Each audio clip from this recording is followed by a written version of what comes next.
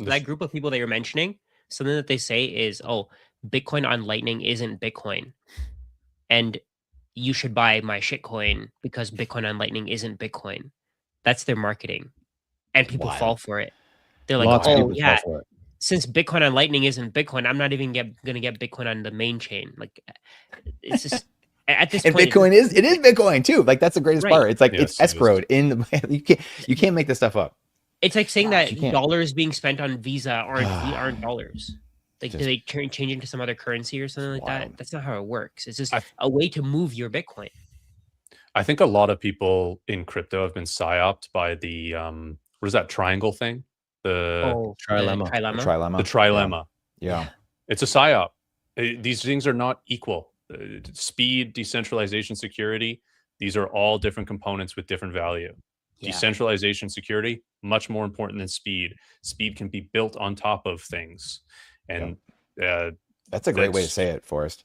Yeah, they're not on equal footing. So they're not equal footing. You're right. Because you're right. In a triangle, it looks like they're on equal footing, right? It's like, oh, they're just, you pick two of the three, right? But that's, wow, I've never thought of it that way. I've talked about it a million times, but never thought of it to explain it to someone in the sense of, hey, it's not the same playing field. These are different. Oh, wow. Yeah. Yeah.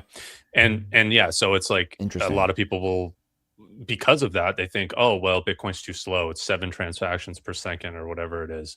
It's just like, no, we actually have a way to put it, in my opinion, is humans onboarded per hour onto Lightning is the actual throughput that we have as issue as Bitcoiners, because the Lightning network is confined by the Bitcoin allocated on it, and it is it's its own network with basically everybody pointing guns at each other. Hey, don't cheat me. If you cheat me, I get your Bitcoin, and it's real Bitcoin at the end of the day because it can all be settled on chain.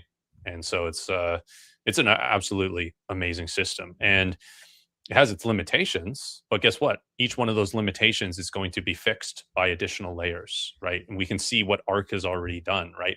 How easy is it to take self-custody Lightning using Wallet of Satoshi now? And that's because of VTXOs, which are another clever way of having ownership over Bitcoin on the Lightning network. It all speaks the language of Lightning, which speaks the language of Bitcoin. It's the way that the internet is built too, right? TCP/IP is so simple, dead stupid. We could not do what we're doing right now unless additional layers were built on top of it. And this is the dominance. Like it's like thinking, okay, Bitcoin doesn't have privacy on chain. Zcash does, right? I can have my shielded transactions. I need to move over to this entirely different protocol that doesn't speak Bitcoin's language. It speaks its own language. And that's going to dominate somehow, even though its market cap is nothing and it's a bunch of scammers, bunch of pre-mines, so many issues, right? Or we develop privacy on a layer, or we develop privacy eventually at some intelligent way as technology, as we get better at building things onto Bitcoin in a way that actually works for the individual spending. Yeah, so it's a no-brainer, right? And this all kind of goes back to Andreas Antonopoulos' one speech there where he talks about how Bitcoin is the next Bitcoin. Everything that any innovation in crypto will eventually migrate to Bitcoin on some layer. And just because it hasn't happened today doesn't mean that it won't happen tomorrow. And people are way too impatient because we have such a limited time in our own lives. We think these things aren't going to happen. Bitcoin is not money because you can't go spend it at the store. It's 16 years old. It's going to take way longer, guys. It's going to take way longer for everything that we talked about to become actualized. And it's just, do you have the patience? Do you believe in this enough? Do you think that it's likely? And I actually think, people talk about Bitcoin being speculative, and I actually do think it is speculative, right? I'm speculating into the future that these things will become actualized and Bitcoin will be a more usable alternate monetary network. And it's already highly usable, in my opinion. And my speculation is that it will increase in technology, in infrastructure, and in network. And that's the bet that I'm making as an individual. I mean, if you think about it, everything is speculation, right? Yes. Bitcoin is probably the least speculative because we know how much supply there's going to be. With everything else, we have no idea. Well, anytime you're thinking into the future, you're speculating. Like literally. Yeah. I'm speculating if I make it to the grocery store. Yeah, like exactly. What are we doing? That's what I mean, though, right? With Bitcoin, we know that there's going to be 21 million Bitcoin into the future, and there's nothing that can change that. We know that that's going to be the case. Whereas, like, let's say gold, we have no idea how much gold will exist. We have no idea whether there'll be some kind of technology to improve the supply, increase the supply of gold. Whereas with Bitcoin, we know that there's no way to change that. So so even real estate is speculative. People say, "Oh, we can live in houses. We need to live in houses and all that." But now people are living in cars. Like you have a channel on van life. That's wild. Like people don't need your house anymore. They can live in their cars. They like Teslas. People are constantly living in Teslas because they have so much space in them. Like, okay, you need a house that you want to store your house. So you want to store your stuff in a house. That's perfectly fine. But that house can be replaced. Whereas Bitcoin can't. Nothing can replace Bitcoin. Nothing can work the same way as Bitcoin. And there's probably going to be other things that come up through the years. Like we're talking about one example here. And I think they get really caught up in assuming that Bitcoiners think that Bitcoin is perfect. I don't think that that's the case at all. I think it's by far the best option we have. And humans want efficiency. They want to be as convenient as possible. We really see that in today's day and age. But like I think people have the inability to really play things out past like one or two steps. Is like, if they have a proposal to become a medium of exchange, then you're going to store your value in this part and then swap it over to make payment in this part. That doesn't even make sense. So when you think about it that way, it's like, okay, going back to the start of this conversation today, Bitcoin makes the most sense to become the next unit of account for the world. It's a global asset. It's a fixed supply. AI can't make more of it. There's so many of these characteristics that make Bitcoin the best unit of measurement.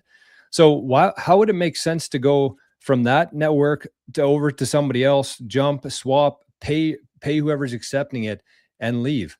And, you know, it actually might play out that way where there's different options for that. Like Dogecoin might be accepted by certain businesses because they like Dogecoin. They have, you know, that's one that they've always wanted, the community there. They love that. Or it might be a different coin, but it's all going back to the unit of measurement here, which will be priced in sats. And why wouldn't you want to own the foundation versus the things built on top of that? And I'm not saying Lightning's like something built on top of that. Lightning is Bitcoin. They're the same thing. You can get into the weeds of it, of course, but it's still Bitcoin. If Forrest owed me money right now, I said, you can send me 200,000 sats. He sent that to me on Lightning. I'm not like, oh shit, I wish I had Bitcoin instead. It's Bitcoin. Like people are just overthinking the whole thing, right? It's the whole point of today is like unit of measurement. Everything else, including every other token, is going to be measured in Bitcoin. Keep it as simple as possible. Get your shit offline and you're going to be good. And just sit back and relax because things are chaotic enough. You don't have to make it more complicated than it already is. If you think about the way the world works right now with currencies, right? A bunch of nations have their own currency. Exactly. And when you go there, you exchange US dollars for that currency, right? It's denominated in USD, most likely. If you bring Canadian dollars to, you know, some country somewhere, they're going to look at that like that's monopoly money, right? They're not going to know what the hell that is. They don't even entertain it. You could bring Canadian Tire money to them and they wouldn't know any difference, right? So, but you know, there's sort of a reason that they have their own currency, right? And it's for fiat extraction on their own population, and some sort of semblance of central bank control and, you know, nationalistic kind of ideas and things like that too.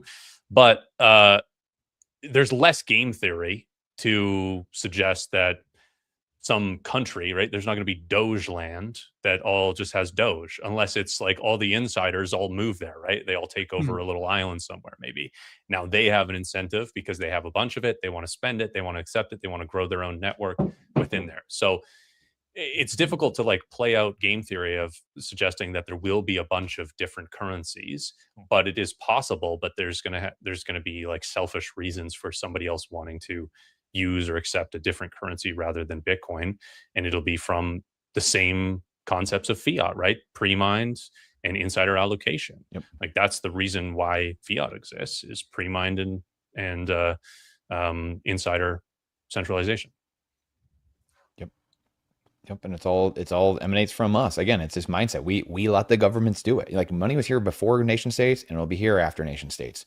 Again, these are things that people just don't realize. Like they, like the comment earlier of, well, I'll do it when the government says I can't. I mean, what are you waiting for? But that's like school. Again, government-run school has taught us to comply. We don't ask questions. When can I go to the bathroom? Put my hand up. When can I go on vacation? Hey, when can I leave school? When do I go to the next class? And it's just bell rings and you're trained through that, audible tone of like bell ringing. Okay, like I'm off.